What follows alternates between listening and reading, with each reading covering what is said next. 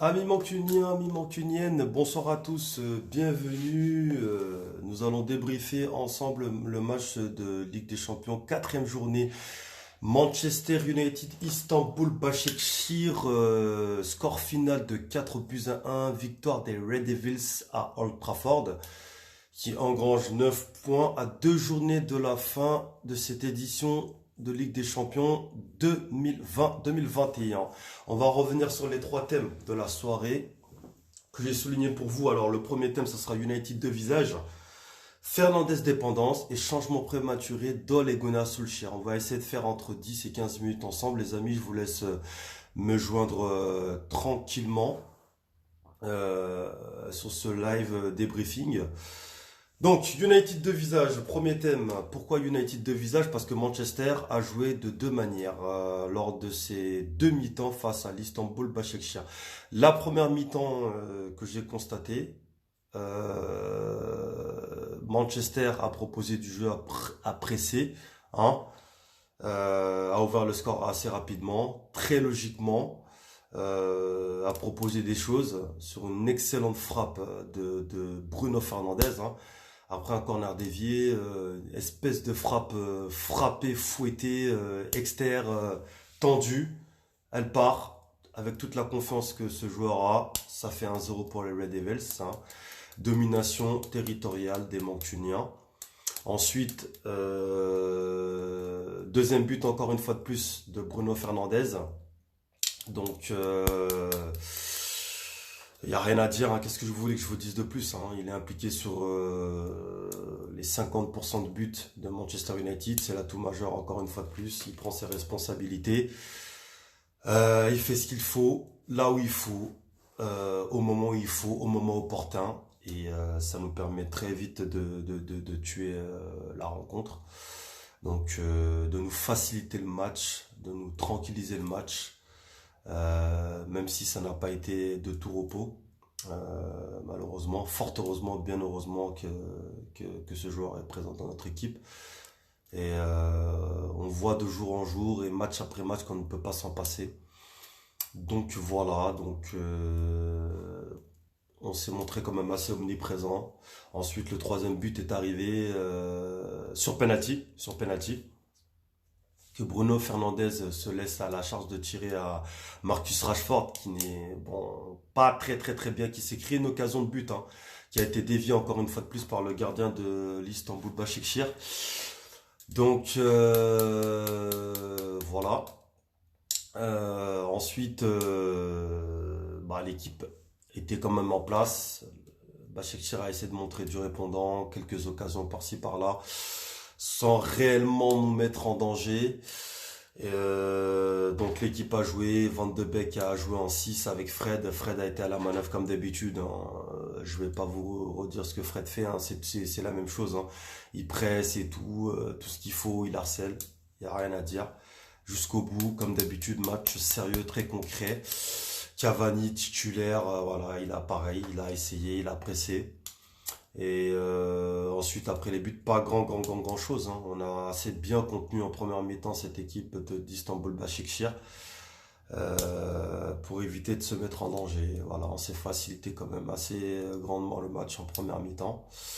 Voilà, on a proposé des choses ont bien marché, d'autres moins, mais globalement quand même, il y a quand même une bonne satisfaction de la part des Red Devils. Et ça fait plaisir. Pour le plaisir des yeux. Donc voilà ce que je pouvais dire, hein. Donc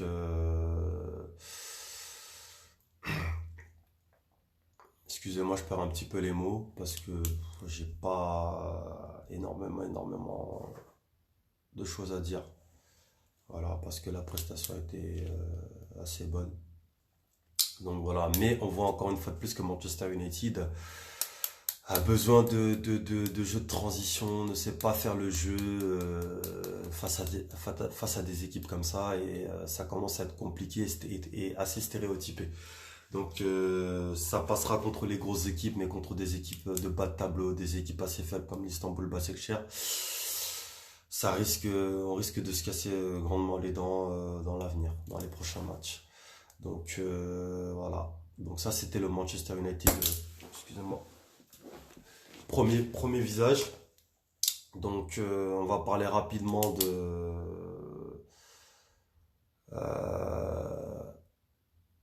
du Manchester second visage. Donc, comme par hasard, ou peut-être, je ne pense pas réellement, après la sortie de Bruno Fernandes, bah, Manchester United s'est liquéfié. Hein, voilà. Il y a eu un autre Manchester United qui a laissé le jeu à l'adversaire, qui s'est fait un petit peu marcher dessus, qui s'est pas trop fait respecter.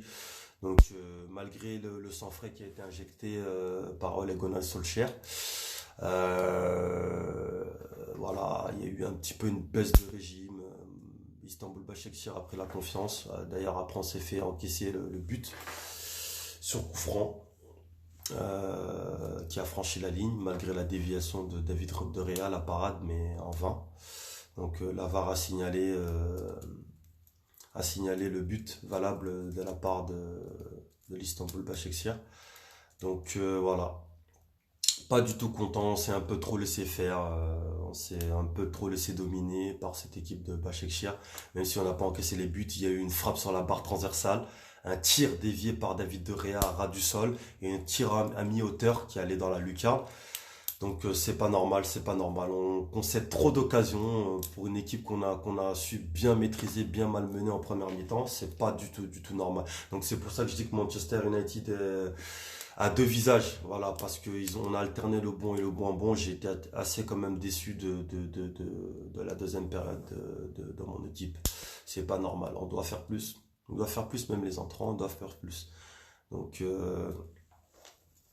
voilà ce que je pouvais dire. Donc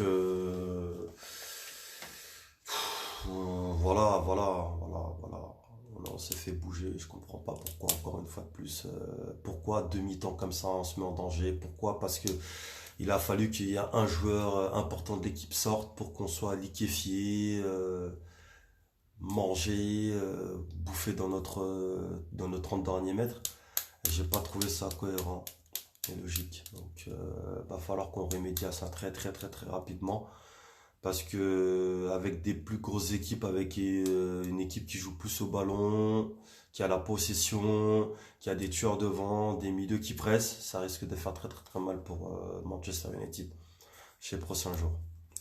Donc ensuite, on va revenir au deuxième thème très rapidement les amis, la Bruno Fernandes dépendance. Donc je suis obligé, hein. Il n'y a pas le choix parce que ça s'est vu sur le terrain, 50% des buts, Monsieur Fernandes a pris ses responsabilités, il a marqué sur les 35 matchs de Manchester United, de 21 buts, 13 passes décisives, donc on peut réellement pas se passer de ce joueur-là. C'est un atout important, il va vers l'avant, il propose du jeu en mouvement, du jeu en triangle, des frappes, il prend le jeu à son compte, il y a eu le penalty grâce à lui, il y a eu les deux buts grâce à lui, 50% des buts grâce à lui.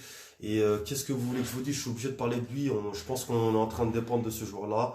Et c'est un atout et un peu une faiblesse parce que ça peut nous coûter cher. Si jamais il y a blessure de la part de ce joueur-là, on risque de se faire avoir et il va falloir faire attention à ça. Donc les autres joueurs doivent prendre plus leurs responsabilités, faire comme Bruno Fernandes, le soutenir plus parce qu'il y a Fred avec lui qui est comme ça. Mais il en faut plus, il en faut plus. TLS aussi un petit peu, bon lui il vient d'arriver, il essaie de se proposer, on sent qu'il a des centres de qualité, il a du ballon, il a de la précision au balle au pied, mais c'est pas suffisant, il faut plus que ces 3 jours-là dans l'équipe pour apporter ça. Van de Beek, bah il est resté 90 minutes, mais moi je veux pas le juger sur ce match-là parce qu'il faut qu'il enchaîne les matchs. Voilà, il a fait 90 minutes là, c'est la première fois, il faut qu'il enchaîne, il faut que Solskjaer continue à le mettre, et moi je suis confiant pour l'avenir par rapport à ce joueur-là. Donc voilà, mais on pourra pas continuer à dépendre de Fernandes quand un Rashford n'est pas très bien, un Anthony Martial n'est pas très bien. C'est pas possible, c'est pas possible. Après on l'a fait remonter en deuxième période en 10 Fernandes, mais on reste quand même maître de l'absence de Bruno Fernandes et c'est pas normal pour une équipe comme Manchester United. Il y a que lui qui a la dalle sur le terrain, je comprends pas. Je comprends pas les autres joueurs, certains à certains moments, non. Il y a le pressing en bloc équipe qui doit être fait, c'est pas normal, il n'est pas fait. Donc ça commence à m'inquiéter.